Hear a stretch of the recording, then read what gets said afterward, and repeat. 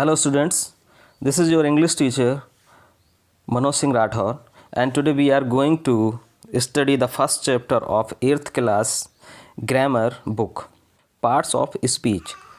This is very important chapter and very important part of English.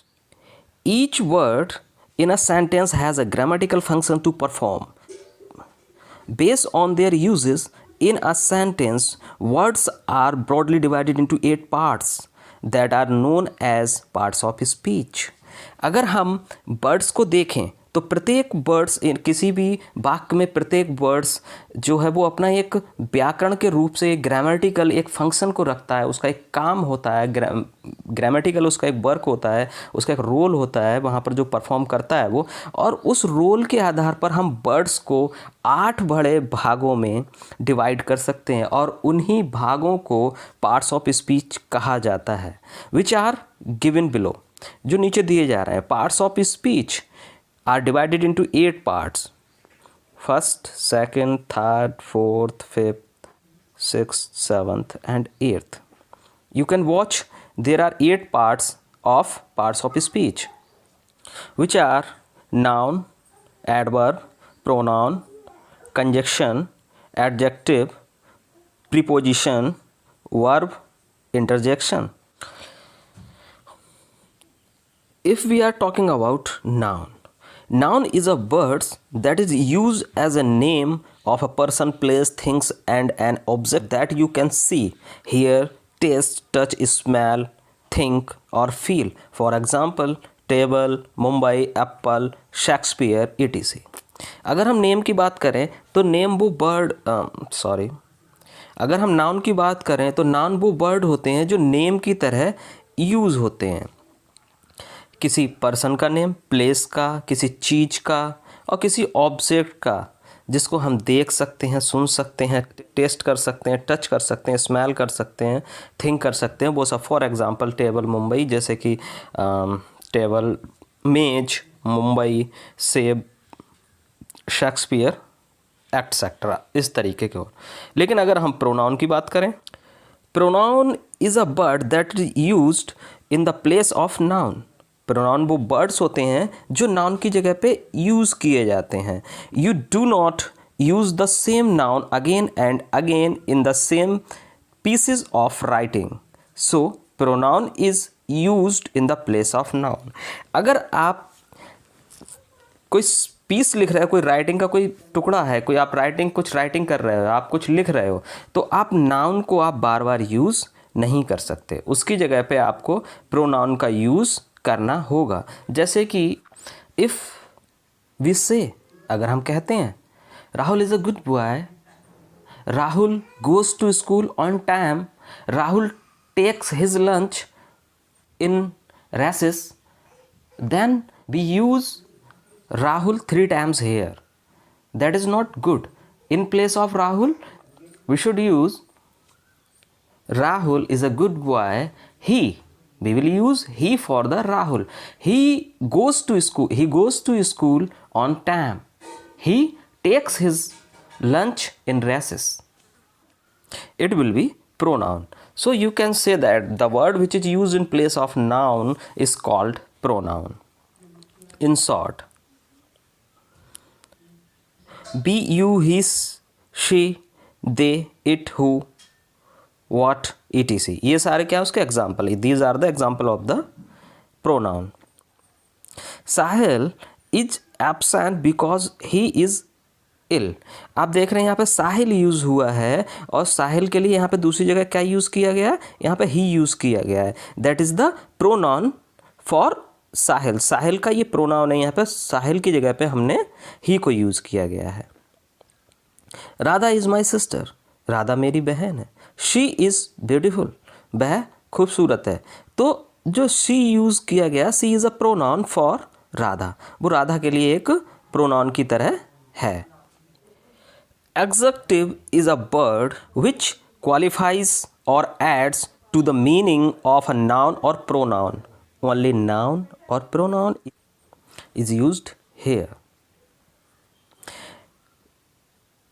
Executive वो words होते हैं जो qualifies करते हैं, किसी चीज़ को बढ़ाते हैं, ऐड्स करते हैं और उनमें कुछ जोड़ते हैं, उनको क्वालिफाई करें या उनको ऐड्स करें उनके मीनिंग के लिए। नाउन और प्रोनाउन के, केवल नाउन और प्रोनाउन की बात हो रही है, यहाँ पर आप वर्ब यूज़ नहीं कर रहे हो, ठीक है ना, दूसरी एग्जेक्टिव, बल्कि किसका, नाउन और प्रोनाउन को जो क्वालिफाई करते हैं या जो उनके मीनिंग को ऐड करते हैं, थोड़ा बढ़ाते हैं, उनको विस्तार से बताते हैं, डिटेल में जो बताते हैं, that is called adjective. In the following sentences coloured words are adjective. जो नीचे सेंटेंसेस दिए हैं उसमें आप जो कलर्ड वर्ड हैं वो एग्जेक्टिव हैं। फॉर एग्जाम्पल, आप उन्हें एग्जाम्पल के तौर पर ले सकते हैं। Rohan is brave soldier.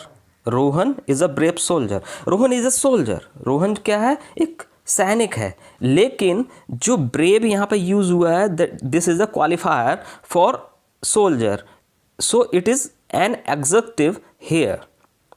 Okay, they are player. They are player. Player is a noun, and we are used here good as an adjective for the players. Sita is an intelligent girl. Sita is an girl. Girl is here noun and is a article, and intelligent is an adjective for girl. He is a handsome boy. He is a boy, an article, and handsome is qualifier for the boy. Boy को ये बता रहा है कि वो handsome है। ऐसे ही girl क्या है, उसको थोड़ा, गर्ल नाउन है और उसको ये क्वालिफाई कर रहा है, उसको बता रहा है, उसमें ऐड कर रहा है, उसको डिटेल दे रहा है कि वो इंटेलिजेंट है।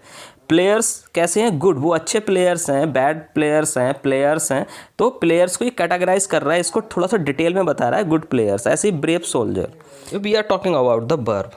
Verb is a word which express an action और स्टेट, एन एक्शन और स्टेट। वर्ब क्या है, वर्ब वो वर्ड्स हैं जो किसी एक्शन को, किसी भी काम को, किसी भी क्रिया को बताते हैं, और स्टेट्स या किसी होने की स्थिति को बताते हैं। समथिंग अबाउट द सब्जेक्ट, जो सब्जेक्ट के बारे में, उसके कार्य को और उसकी स्थिति को दर्शाते हैं, वो क्या होते हैं, वो वर्ब कहलाते हैं। फॉर एग्जाम्पल, आप इसे एग्जाम्पल की तरह ले सकते हैं। The child is weeping. The child is weeping. Child क्या है, child is a subject here, a noun here, and beeping is a verb। ये उसके एक्शन को बता रहे हैं, ये उसके एक्शन है कि वो रो रहा है। India is a brave nation. This is the state of India. ये इंडिया की स्थिति है कि वो ब्रेव है, तो India is a brave nation. तो यहाँ पे जो इज यूज हुआ है वो वर्ब के लिए यूज हुआ है। यहाँ पर बीपिंग और इज दोनों वर्ब के लिए यूज हुए हैं। I hope you could understand. If we are talking about the adverb, adverb is a word that qualifies, modifies or adds something to an adjective, a verb or another adverb. But there is no use about the noun or pronoun. These are not used for noun or pronoun. These are used for adjective, verb और another verb. This the difference. आपने देखा होगा कि जब हम बात कर रहे थे एडजेक्टिव की, तो एडजेक्टिव जो है वो नाउन और प्रोनाउन को क्वालिफाई करता है, लेकिन जब बात करते हैं एडवर्ब की, तो एडवर्ब किसी एडजेक्टिव, किसी वर्ब और किसी दूसरी एडवर्ब के लिए क्वालिफाई करता है। For example, he runs fast. वह तेज दौड़ता है। Fast qualifies run. Run is a verb and fast is the qualifier for the runs. तो वो तेज दौड़ता है, तो यहाँ पर क्वालिफाइंग अ वर्ब, ये वर्ब को क्वालिफाई कर रहा है। Okay, he is brilliant. अगर हम यहाँ पे बैरी को देखते हैं, तो very is an adverb which qualifies brilliant. Brilliant is the executive, so berry qualifies hair brilliant. यहाँ पे बैरी जो है वो ब्रिलियंट को क्वालिफाई कर रहा है। I hope you are understanding. It means जो एडवर्ब हैं वो या तो एडजेक्टिव को या वर्ब को या किसी दूसरे एडवर्ब को क्वालिफाई करते हैं। यहाँ पे हमने देखा कि फास्ट जो है वो रन को क्वालिफाई कर रहा था। रन क्या है, एक वर्ब है। यहाँ पर बैरी जो है वो ब्रिलियंट को क्वालिफाई कर रहा है, और ब्रिलियंट क्या है, ब्रिलियंट जो है वो एडजेक्टिव है और उसको क्वालिफाई कर रहा है। I walked quite slowly. अब यहाँ पे जो क्वाइट है, क्वाइट जो है वो स्लोली को क्वालिफाई कर रहा है, और स्लोली क्या है, स्लोली जो है वो बाग्ड को क्वालिफाई कर रहा है, और बाग्ड क्या है, वर्ब। तो वर्ब को जो क्वालिफाई करता है वो एडवर्ब होता है, तो slowly is a adverb and quite is also the adverb that is qualifies slowly.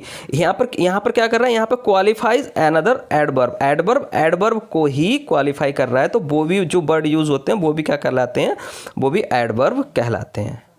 Okay. If we are talking about the conjunction is a word that is used to join two words, phrases or clause. Conjunction also used to join two sentences.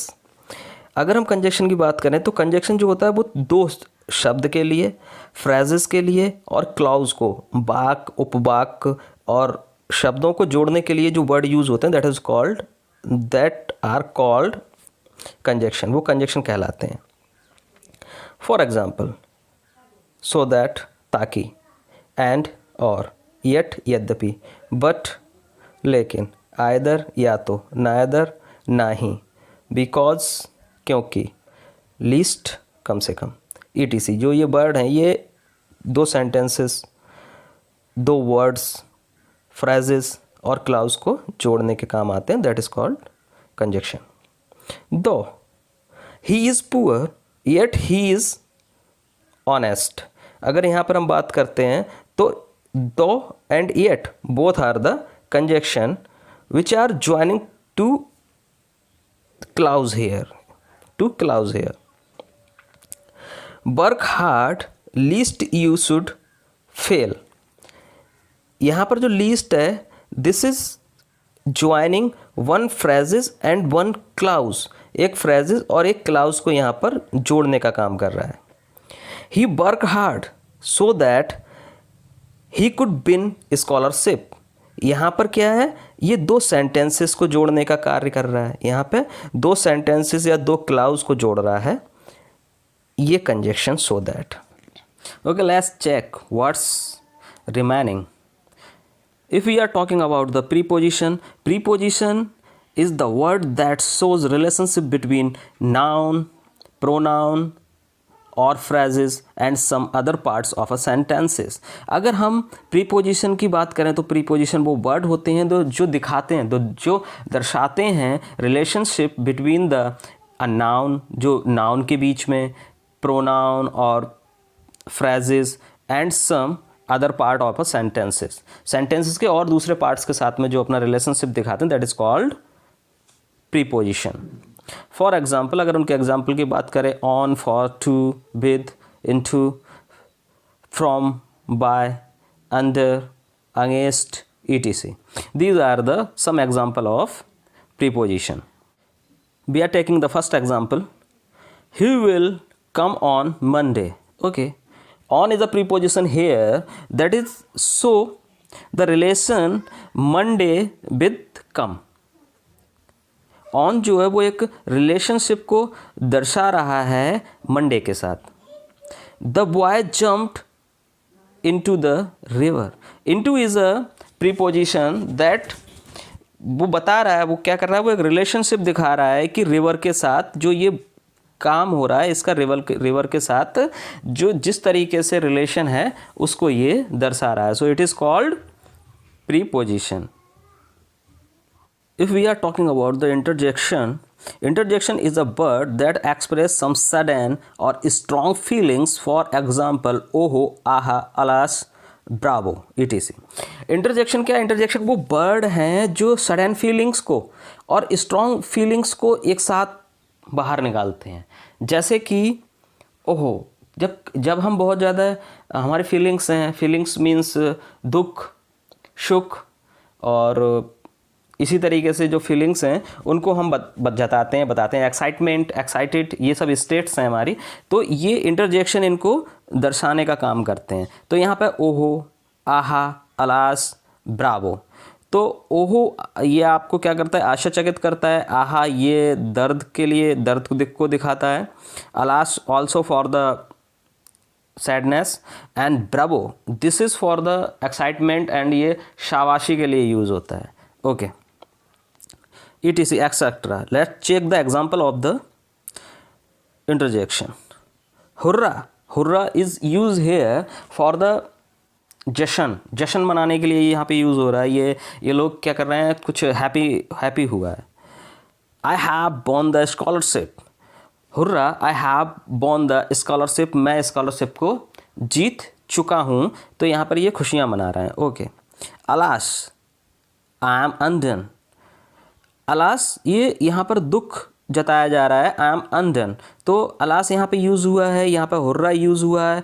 ओहो how sweet his songs are, ओहो how sweets his songs are, उसके जो songs हैं वो कितने ज़्यादा मधुर हैं, कितने ज़्यादा मीठे हैं। ओहो ये आश्चर्यचकित के लिए यूज़ हो रहा है, जैसा कि मैंने आपसे कहा था आहा अलास यूज फॉर द, ये दुख के लिए यूज़ होता है, और ओहो एंड ओहो फॉर द अष्टोनिष्ट के लिए यूज़ होता है, मीन्स आश्चर्यचकित के लिए। एंड ब्रावो यूज़ होता है बहादुरी के लिए, शाबाशी के लिए।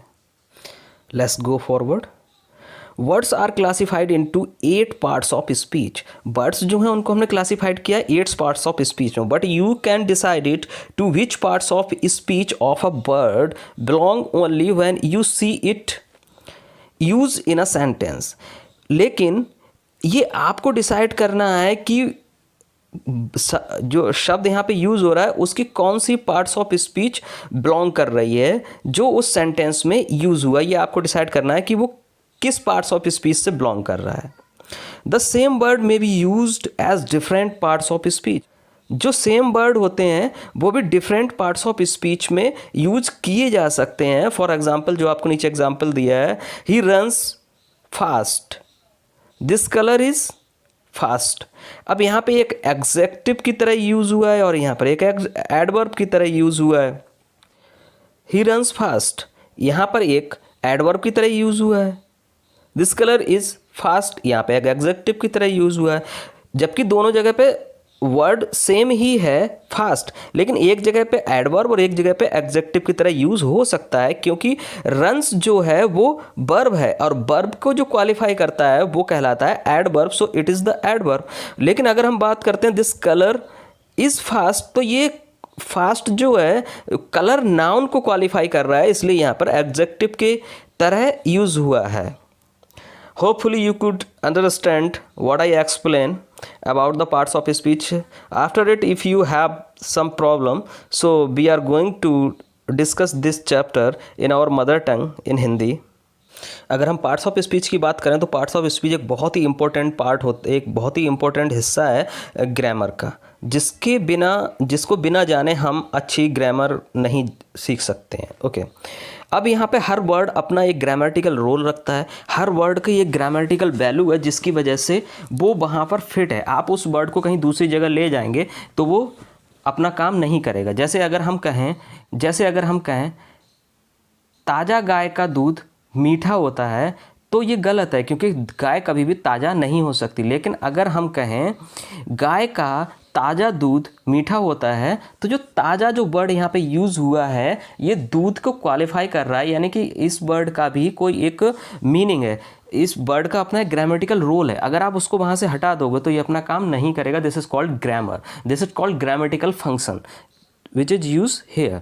तो ये ग्रामेटिकल फंक्शन है और इसके अकॉर्डिंग सारे वर्ड रखे जाते हैं। तो हर वर्ड जो हमारे वाक्य में है उसका अपना एक पर्टिकुलर मीनिंग है और इसी को कहा जाता है पार्ट्स ऑफ स्पीच, यानी कि किसी भी भाषा के या किसी भी स्पीच के या किसी भी जो बोलने वाली चीज़ है उसके हिस्से।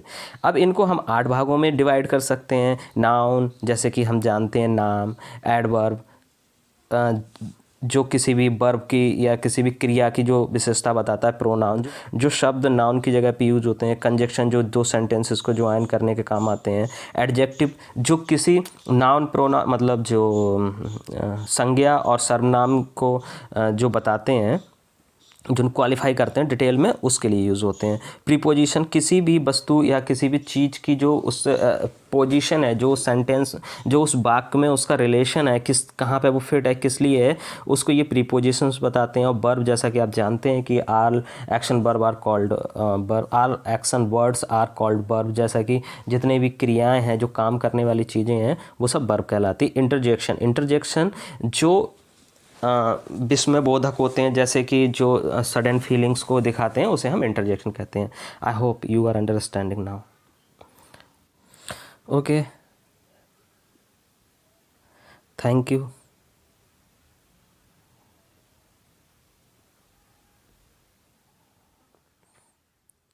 for learning from